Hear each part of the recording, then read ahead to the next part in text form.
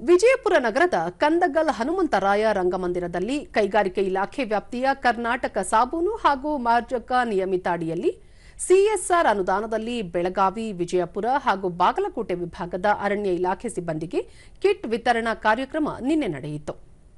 ಸಂಸದ ರಮೇಶ್ ಜಿಗಜಿಣಗಿ, ಬೃಹತ್ ಮತ್ತು ಮಧ್ಯಮ ಕೈಗಾರಿಕಾ ಸಚಿವ ಎಂಬಿ ಪಾಟೀಲ್, ಜಿಲ್ಲಾಧಿಕಾರಿ ಡಾ ಆನಂದ ಕೆ, ಜಿಲ್ಲಾ ಪೊಲೀಸ್ ವರಿಷ್ಠಾಧಿಕಾರಿ ಲಕ್ಷ್ಮಣ ನಿಂಬರಗಿ, ಜಿಲ್ಲಾ ಪಂಚಾಯಿತಿ ಮುಖ್ಯ ಕಾರ್ಯನಿರ್ವಹಣಾಧಿಕಾರಿ ರಿಷಿ ಆನಂದ್ ಹಾಗೂ ಹಲವು ಅಧಿಕಾರಿಗಳು ಕಾರ್ಯಕ್ರಮದಲ್ಲಿ ಉಪಸ್ಥಿತರಿದ್ದರು.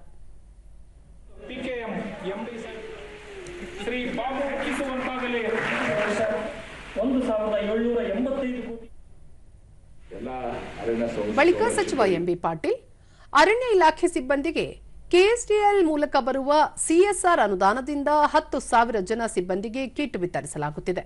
ಮುಂದಿನ ದಿನಗಳಲ್ಲಿ 2 ವರ್ಷಕ್ಕೊಮ್ಮೆ ಸರ್ಕಾರದಿಂದಲೇ ಕಿಟ್ ಕೊಡಬೇಕು. ಈ ನಿಟ್ಟಿನಲ್ಲಿ ಮುಖ್ಯಮಂತ್ರಿ ಹಾಗೂ ಅರಣ್ಯ ಸಚಿವರಿಗೆ ಮನವಿ ಮಾಡಲಾಗುವುದು ಎಂದು ತಿಳಿಸಿದರು. ಪ್ರತಿ 2 ವರ್ಷದಲ್ಲಿ 2 ವರ್ಷದಂತ 3ನೇ ವರ್ಷಕ್ಕೆ ಈ ಕಿಟ್ ಸರ್ಕಾರದ ವತಿಯಿಂದಲೇ ಕೊಡಬೇಕು ಅಥವಾ ಸಿಎಸ್ಆರ್ ವತಿಯಿಂದಲೇ ಕೊಡಬೇಕು.